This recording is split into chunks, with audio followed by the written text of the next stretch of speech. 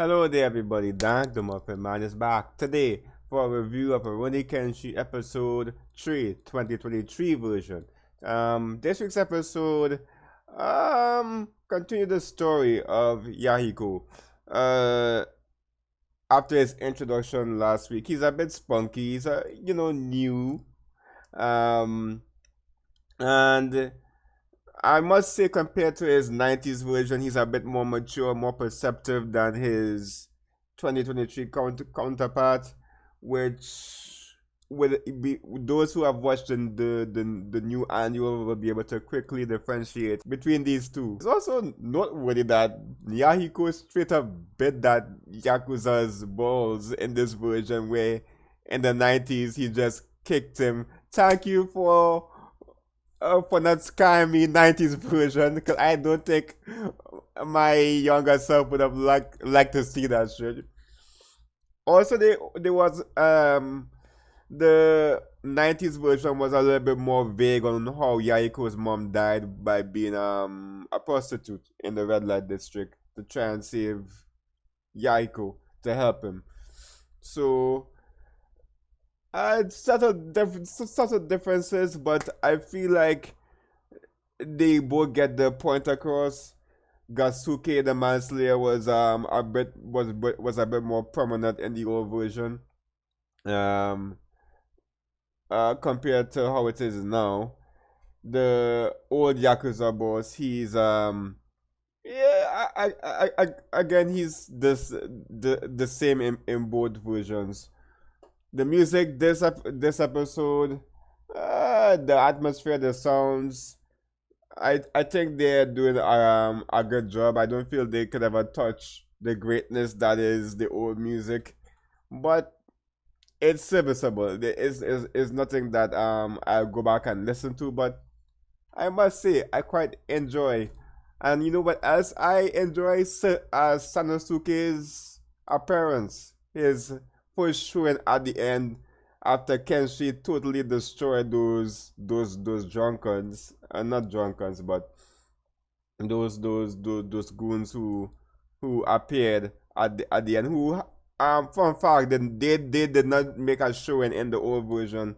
That's I guess maybe the old version decided they were not relevant and just axed them completely. Um, Funny enough, Sanosuke defeated them in the 2023 version, but in the old version, they're just random individuals that was beaten up. Um, Also, correct.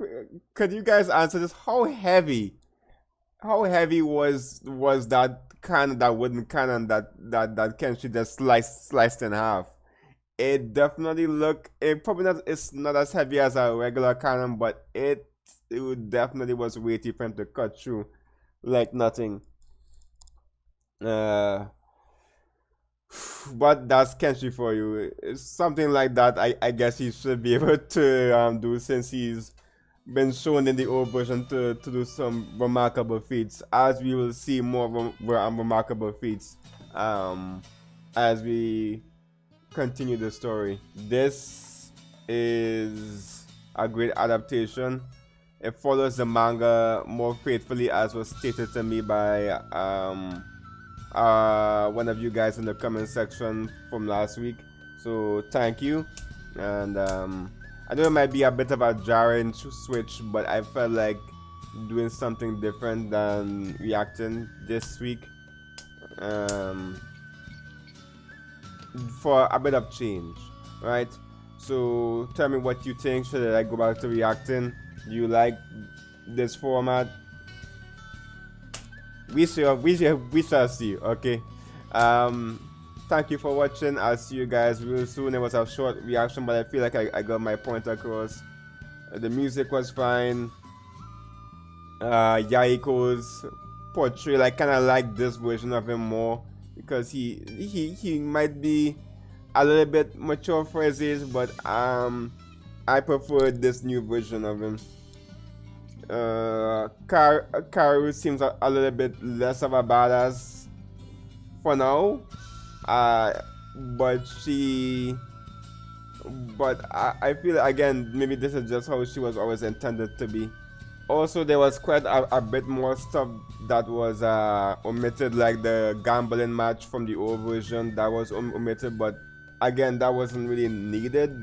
Once you get the point of the story across, I feel like the 90s version did a good job at trying to get the story across of the characters. Um, the omissions weren't that bad yet, and so far the two stories are kind of going side by side. Okay, of course the newer version has to be faster, almost twice as fast or even more than that.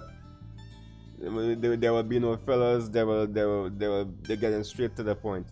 But in any case, guys, that was a great episode. I'll see you guys next week for more videos of some kind. All right, goodbye, so long, and farewell. Goodbye. It is out. It's a rare condition. It's a rare condition. It's a baby. It's a tower. It's a grenade.